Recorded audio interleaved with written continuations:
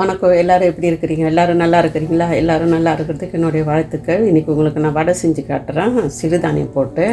அது எப்படி செய்யணும், அதுக்கு என்ன தேவைன்னு வாங்க பார்ப்போம். சிறுதானியம் சமாய் இதை நான் அரை கப்பு எடுத்து 3 மணி நேரத்துக்கிட்ட ஊற வச்சுருக்கிறத நல்லா ஊற வச்சுக்கிறேன். ஒரே ஒரு உருளைக்கிழங்கு, ஒரு பெரிய உருளைக்கிழங்கை உப்பு போட்டு வேக வச்சு நல்லா மசிச்சு வச்சுக்கிறேன். 1/4 கப்பு அவல், அதையும் தண்ணியில் ஊற வச்சு செஞ்சுருக்குறாங்க பாருங்கள். நீங்கள் எந்த அவல் வேணாலும் போட்டுக்கோங்க. 1/4 டீஸ்பூன் மஞ்சத்தூள்,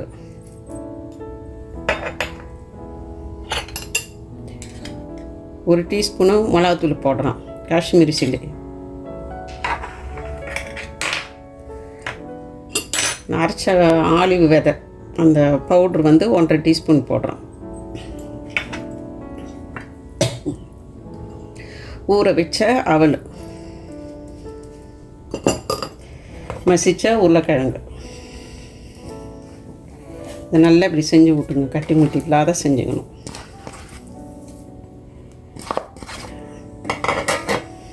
தேவையான அளவு உப்பு,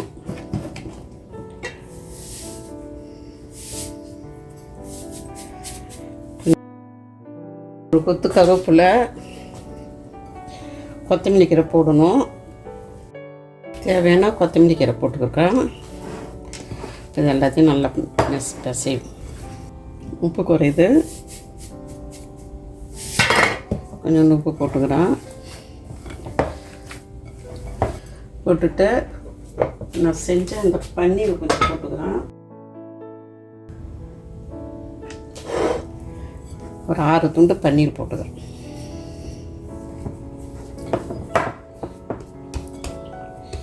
இருக்கட்டும்.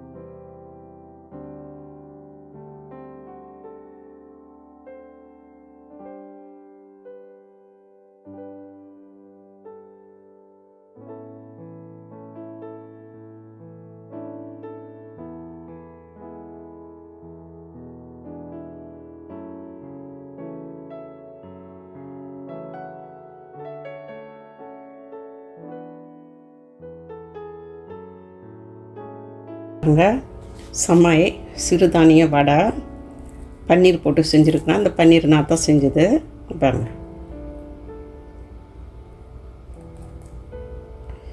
அதுக்கு புதினா நான் எப்போதுமே சொல்லியிருக்கிறேன். நான் டெய்லி ஏதாவது ஒரு தானிய சட்னி செய்வேன். சட்னி இல்லை, துவையல் செய்வேன். அந்த துவையல் தான் இது, புதினா துவையல். நேற்று நான் வரகு அரிசி போட்டு கஞ்சி செஞ்சேன், அதுக்கு தான் இந்த புதினா துவையல் செஞ்சேன். நீங்களே செஞ்சு சாப்பிடுங்க, ரொம்ப நல்லா இருக்குது. அடுத்த வீடியோவில் பார்ப்போம். பாய்.